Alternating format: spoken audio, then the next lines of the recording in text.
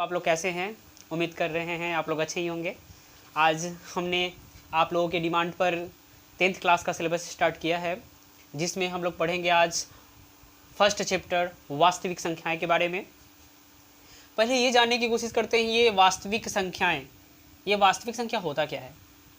वास्तविक संख्या होता है परिमेय और अपरिमेय संख्याओं के समुच्चय। अब यहाँ पे ये क्वेश्चन उठ रहा है, सर ये समुच्चय क्या होता है? समुच्चय एक तरह से होता है संगठन, ठीक है।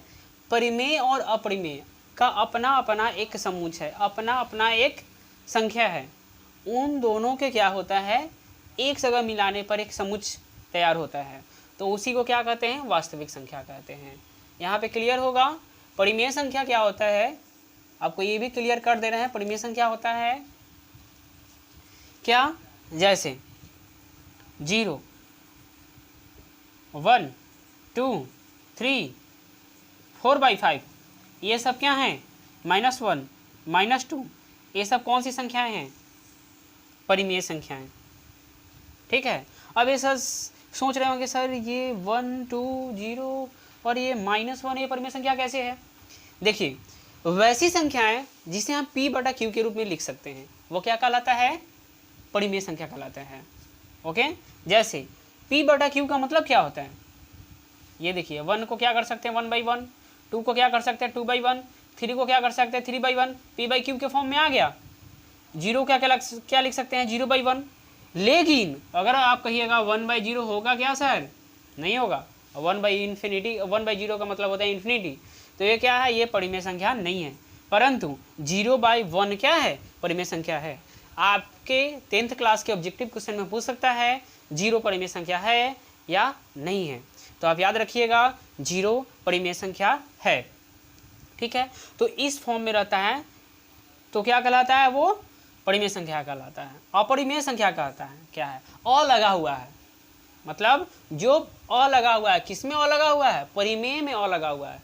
मतलब हुआ कि परिमेय नहीं, अ का मतलब नहीं, जो परिमेय न हो वो क्या कहलाता है? अपरिमेय, ठीक है। मतलब इसके अलावा जो भी हो वो क्या कहलाएगा? अपरिमेय।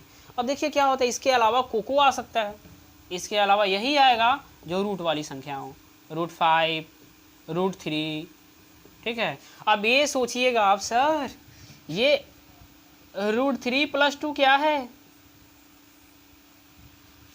√3 + 2 क्या है? ये अपरिमेय संख्या है। क्या है? अपरिमेय संख्या है। हम इसके बारे में अगला वीडियो में थोड़ा सा और चर्चा करेंगे, जब हम एक एक जो प्रश्नावली को बनाकर हम आपके सामने उसका उत्तर प्रस्तुत करेंगे, तब हम इसको डिटेल में चर्चा करेंगे, ठीक है। अब ये सवाल उठता है कि सर √3 - 2 क्या हो जाएगा? ये भी क्या है? अपरिमेय संख्याएं हैं। तो इस तरह की संख्याएं क्या कहलाती है? अपरिमेय संख्याएं, ठीक है।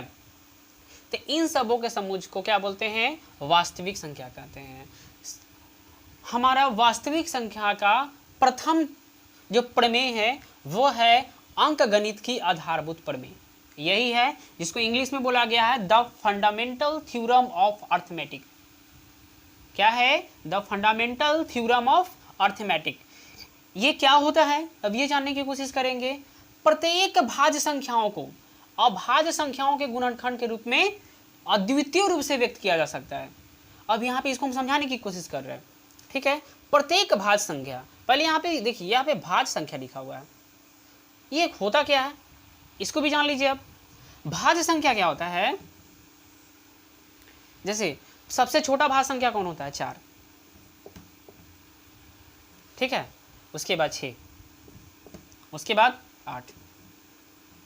अबे सर दो के अंतर में होता है क्या? ऐसा नहीं है, अगला हो जाएगा 9। क्या हो जाएगा? अगला 9 हो जाएगा। अब सोच रहे होंगे सर 4, 6, 9 ही क्यों हो रहा है? तो जब 2 से ज्यादा गुणनखंड हो जाए, क्या हो जाए? 2 से जिसका ज्यादा गुणनखंड हो, वही क्या कौन संख्या कहलाता है? मेरा भाज्य संख्या कहलाता है। तो 4 का देखिए कितना गुणनखंड हो रहा है? 4 को 2 × 2 × 1, 1 से सबसे कटता है, 1 से 4 कटेगा, 2 से भी 4 कटेगा, इससे भी 2 से 4 कट जाएगा, ठीक है। तो इसका गुणनखंड कितने हो रहे हैं? 2 से ज़्यादा 3 ठो। ये 6 का गुणनखंड 2, 3 और 1 भी होगा इसका गुणनखंड, ठीक है। तो क्या होगा, इसके 2 से ज़्यादा गुणनखंड होगा, इसीलिए क्या हो गया है, क्या हो गया ये भाज्य संख्या। तब प्रत्येक भाज्य संख्याओं को अभाज्य संख्याओं के गुणनखंड के रूप में अद्वितीय रूप से व्यक्त किया जा सकता है। अद्वितीय, अद्वितीय का मतलब क्या है, दूसरा नहीं, मतलब दूसरा नहीं, मतलब सिर्फ यही, मतलब सिर्फ इसी के रूप में हम व्यक्त कर सकते हैं, दूसरा कोई और नंबर के रूप में क्या कर सकते हैं, हम व्यक्त नहीं कर सकते हैं, इसीलिए यहाँ पे अद्वितीय का यूज हुआ है। ठीक है, तो यहाँ पे एग्जाम्पल के तौर पे अगर देना चाहेंगे हम, तो क्या दे सकते हैं, कोई भी नंबर दे सकते हैं। जैसे हम यहाँ पे 9 ले रहे हैं, 9 को क्या करेंगे, बोलिए 1, 3 और 3 के रूप में व्यक्त कर सकते हैं, व्यक्त कर सकते हैं। तो इसको लिख कैसे सकते हैं, बराबर 1 इंटू 3 का पावर क्या कर सकते हैं, 2 दे सकते हैं। यही क्या कर सकते हैं, इसके सिवा हम दूसरे रूप में क्या कर सकते हैं, इसको व्यक्त नहीं कर सकते हैं। ठीक है, इसलिए बोला गया है प्रत्येक भाज्य संख्याओं को अभाज्य संख्याओं के गुणनफल के रूप में अद्वितीय रूप से व्यक्त किया जा सकता है। ठीक है, यहाँ हम आई थिंक ये टॉपिक क्लियर होगा। हम इससे रिलेटेड क्वेश्चन प्रश्नावली में हम डील करेंगे, ये फंडामेंटल थ्योरी से रिलेटेड। ठीक है, अगला देख रहे हैं, लिखा हुआ यूक्लिड विभाजन प्रमेय का। अगला जो है मेरा प्रमेय आ रहा है यूक्लिड विभाजन प्रमेय का, जिसको यूक्लिड साहब ने दिया हुआ था। ठीक है, यूक्लिड डिवीजन लेमा। इसमें क्या होता है, ए और बी दो धनात्मक पूर्णांक दिए रहने पर, ए और बी क्या है, दो तो धनात्मक पूर्णांक है। अब यहाँ पे आप सवाल हो रहा है सर धनात्मक पूर्णांक, धनात्मक पूर्णांक क्या होता है, सब हम जा रहे हैं, सब पूर्णांक संख्या क्या होता है पहले, तब ना धनात्मक पूर्णांक संख्या के बारे में जानेंगे। तब पूर्णांक संख्या को इंग्लिश में बोलते हैं इंटीजर। क्या बोलते हैं, इंटीजर। इंटीजर क्या होता है, ये स्टार्ट होता है 0, 1, 2, 3, इसकी तरफ आगे इन्फिनिटी तक जाता है, साथ ही साथ -1, -2, -3 के साइड में इन्फिनिटी तक जाता है। यही क्या हो जाता है मेरा, यहाँ पे देखिए पूर्णांक संख्या होता है। अब इसमें बोला गया है ए और बी दो धनात्मक पूर्णांक, धनात्मक पूर्णांक कहाँ होगा, 0 तक को नहीं कंसीडर करेंगे, 0 ना ही धनात्मक है और ना ही ऋणात्मक है, इसीलिए हम क्या करेंगे, यहाँ से कंसीडर कहाँ से करते हैं, 1 से करते हैं, 1, 2, 3 और यहाँ से लेकर इनफाइनाइट तक, यानी जहाँ तक हम सोच सकते हैं वो पूर्णांक संख्या क्या हो गई, धनात्मक पूर्णांक संख्या हो गई। इस तरह की कोई भी संख्या दिए रहने पर कहाँ पे, ए और बी के जगह पर, ए और बी कहाँ है, यहाँ पे क्लियर हो जाएगा, ऐसी अद्वितीय और ऋणात्मक पूर्णांक। अब यहाँ पे सवाल हो रहा है सर और ऋणात्मक पूर्णांक क्या होगा, सर और ऋणात्मक पूर्णांक में सिर्फ क्या हट जाएगा, ये निगेटिव पॉइंट हट जाएगा। ठीक है, 0 को क्या होगा उसमें कंसीडर होगा।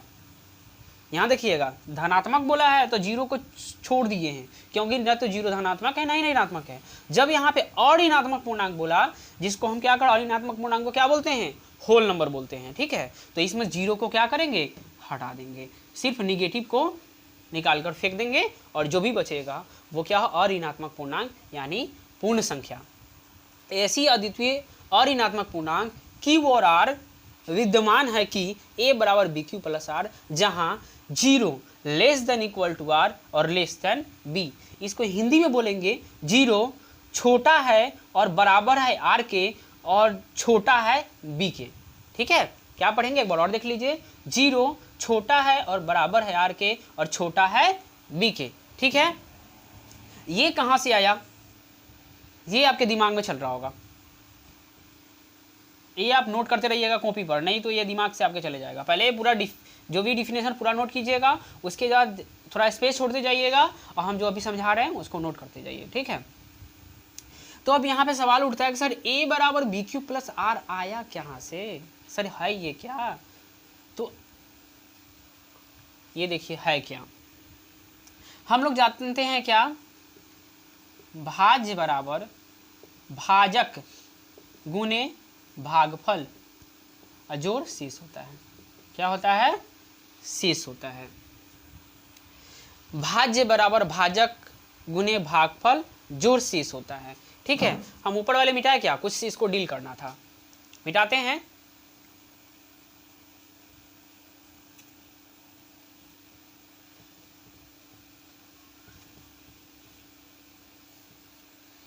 चलिए हम इसको डील करते हैं। क्या लिखा हुआ है? भाज्य बराबर भाजक गुने भागफल जोड़ शेष, ये मेरा फॉर्मूला होता है। ठीक है, तो इसको क्या करते हैं, ये इसको ए दिया गया है, ठीक है, इसको दिया गया है, भाजक को दिया गया है बी दिया है, भागफल को दिया गया है क्यू, और इसको दिया गया है आर। ठीक है, अगर ऐसे आपको समझ में नहीं आ रहा है तो ऐसे फिगर बना सकते हैं, भागा तो आप लोगों को आता होगा। ठीक है ना, देखिए इसको अभी नहीं देते हैं, चलिए बाद में देते हैं। जैसे a बराबर, a कहाँ पे होगा बीच में, a बराबर बी क्यू, b यहाँ पे होगा, q यहाँ पे होगा, और यहाँ पे क्या होगा r। ठीक है, अब जानते हैं भाज्य बराबर भाजक गुने भागफल जोड़ शेष। ये क्यों दिया जा रहा है, इसको हम एक नंबर से समझने की कोशिश करेंगे। जैसे 7 कोई नंबर ले रहे हैं, उसको हम भागा दे रहे हैं 3 से। ठीक है, किससे भागा दे रहे हैं हम? 3 से। इसको ध्यान से सुनिएगा और देखिएगा फिर। 3 दूना कितना होगा? 6, शेष क्या बचेगा? 1। अब देखिए, मुझे इस फॉर्मूला में फिट कीजिए, ऑटोमेटिक आपका रिजल्ट आ जाएगा। भाज्य बराबर क्या होगा? भाजक अगुने भागफल। ठीक है, 3 दूना 6, 6 1 7, मतलब 7 बराबर 7 आ जा रहा है, आ रहा है कि नहीं आ रहा है? तो वही बोला गया है कि a बराबर बी क्यू प्लस आर होता है। यही मेरा क्या है, मेरा ये यूक्लिड विभाजन प्रमेय का है। ठीक है, यहाँ पे आपका 10th क्लास में एक हमेशा ऑब्जेक्टिव रहता है, हमेशा पूछा जाता है। ठीक है, इसको हमेशा ध्यान रखिएगा, ये वाला 0 less than equal to R और लेस देन बी, हमेशा ये भूलिएगा मत। आर की जो वैल्यू, आर का जो मान आएगा वो हमेशा बी से क्या होता है? छोटा होता है, हमेशा रखिएगा। और आर की जो वैल्यू होती है या तो 0 को इक्वल होती है या क्या होती है? 0 से बड़ा होती है। आर की वैल्यू 0 को इक्वल होती है या 0 से बड़ा होती है, और इस आर की वैल्यू बी से कंपेयर करने पर बी से हमेशा क्या होती है? छोटी होती है ना। इसको अगर आप दिमाग में बैठा लेते हैं, 0 less than equal to R less than B, तो आपको ये एग्जाम में 1 नंबर दे करके जाएगा। ठीक है, और ये यूक्लिड विभाजन हम प्रमेय पढ़ लिए। आगे देखेंगे यूक्लिड विभाजन एल्गोरिदम क्या होता है। अब दोनों का लग रहा है सर ये क्या क्या दे रहे हैं आप। इसको मिटाते हैं क्योंकि ये इसका नहीं था। चलिए, अब ये हम जानेंगे यूक्लिड विभाजन एल्गोरिदम क्या है। यह सुपरिभाषित चरणों की एक श्रृंखला होती है जो एक विशेष प्रकार की समस्या को हल करने की विधि प्रदान करती है। विशेष प्रकार की समस्या को हल करने की विधि प्रदान करती है। ठीक है, अब ये सुपरिभाषित चरणों की एक श्रृंखला क्या है जो एक विशेष प्रकार की समस्या को हल करने की विधि प्रदान करती है।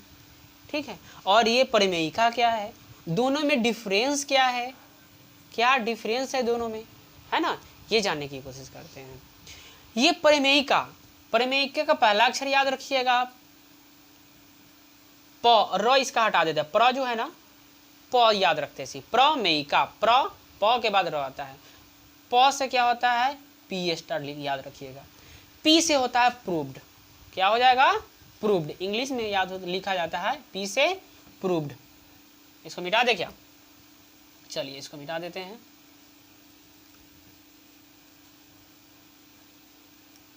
प याद रखेंगे, पी याद रखेंगे, इसे लिखेंगे, याद करेंगे प्रूव्ड।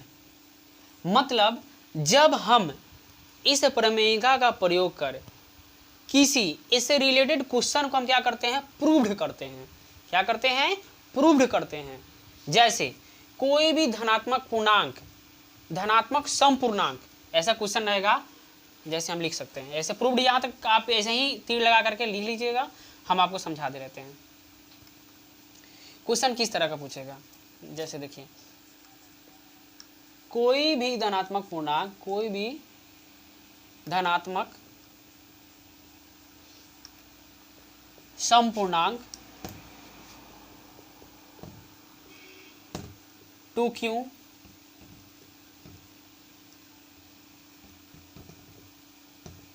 प्लस 2q प्लस 4 के रूप का होता है, ये वाला दिया जाए। ये इस वाले क्वेश्चन को प्रूव्ड करने के लिए, इसको प्रूव्ड करने के लिए जो ये प्रमेयिका दिया गया है उसी को हम क्या कहते हैं, यूक्लिड विभाजन प्रमेयिका करते हैं। परंतु जब हम बोला जाता है क्वेश्चन में, क्या क्वेश्चन में बोला जाएगा, ये देखिए 320 और 120 का, ये पहला दे देती है, दूसरा HCF ज्ञात करें, HCF ज्ञात करें। जब बोल देगा इसका HCF ज्ञात करें तो क्या करेंगे हम इसको, देखिए इस यूक्लिड विभाजन एल्गोरिथम बोलेंगे। क्या बोलेंगे उसको हम, यूक्लिड विभाजन एल्गोरिथम। जब इसको प्रूव करने के लिए, देखिए थोड़ा सा डिफरेंस है, ज़्यादा कुछ डिफरेंस नहीं है इसमें, लगता है दोनों सेम है। ये फॉर्मूला इसमें भी अप्लाई होता है, A बराबर BQ प्लस R, इसके लिए भी है। परंतु जब हम इसका HCF निकालने में यूज करते हैं, या कोई दे दिया रहता है, 2 ठो वाल की लंबाई दे दिया रहता है और आयताकार उसमें क्या करता है, टाइल्स लगाना है, तो उसके लिए जब हम प्रयोग करते हैं तो वो एल्गोरिदम का प्रयोग करते हैं। परंतु जब हम क्या करते हैं, इसके थ्रू, यूक्लिड विभाजन के थ्रू हम किसी को प्रूव्ड करते हैं, इसको क्या करेंगे, प्रूव्ड करेंगे हम। लेकिन इसका क्या करेंगे, सॉल्यूशन निकालेंगे हम। जब हम किसी को प्रूव्ड करेंगे तो वो प्रमेयिका का प्रयोग होगा, जब इसको सॉल्यूशन निकालेंगे तो क्या होगा उसका, हम यूक्लिड विभाजन एल्गोरिथम का प्रयोग करेंगे। ठीक है, हम अगले क्लास में हम प्रश्नावली 1 लेकर के उपस्थित होंगे आप लोगों के समक्ष।